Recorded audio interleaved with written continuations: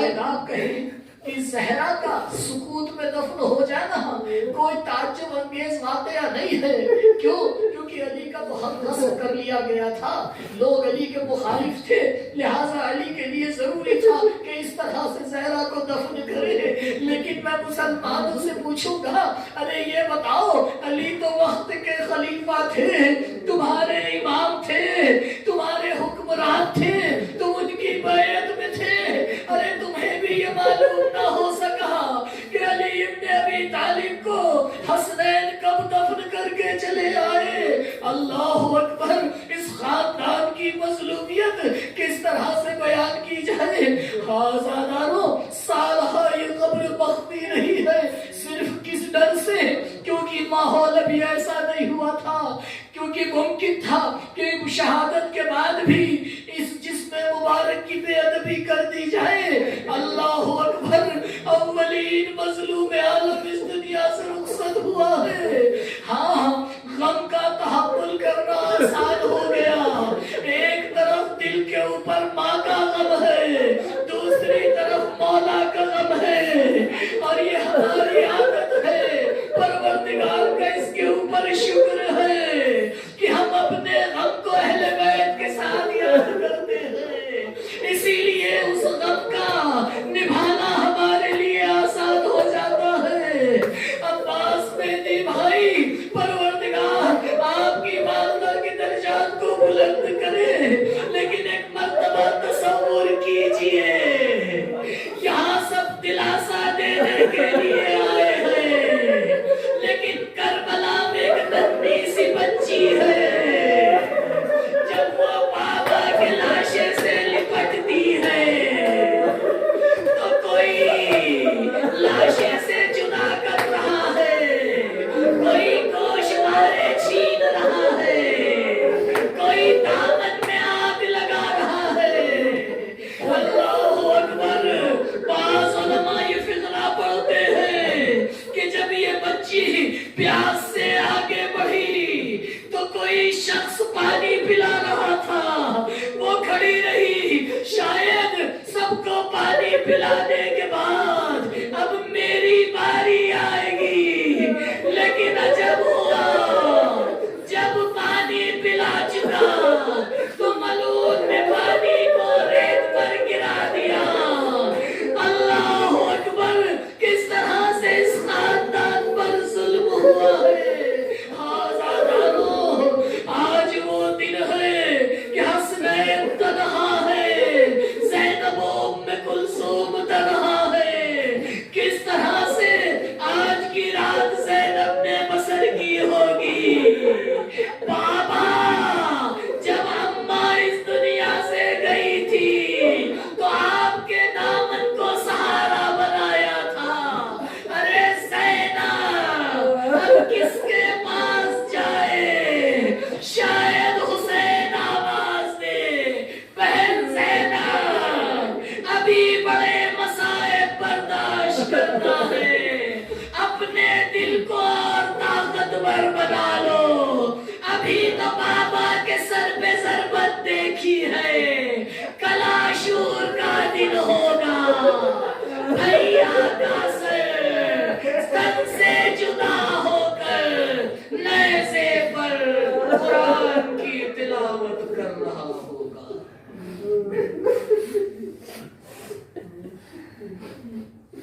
سيعلم الذين ظلموا أي منقلب ينقلبون. إنا لله وإنا إليه راجعون. رضا بقضائه وتسليما لأمره، لا معبود سواك يا غياث المستغيثين. الہ امام کے ظہور میں تعجیل فرمائے. ہمارا نام ان کے آوان انصار میں شمار فرمائے.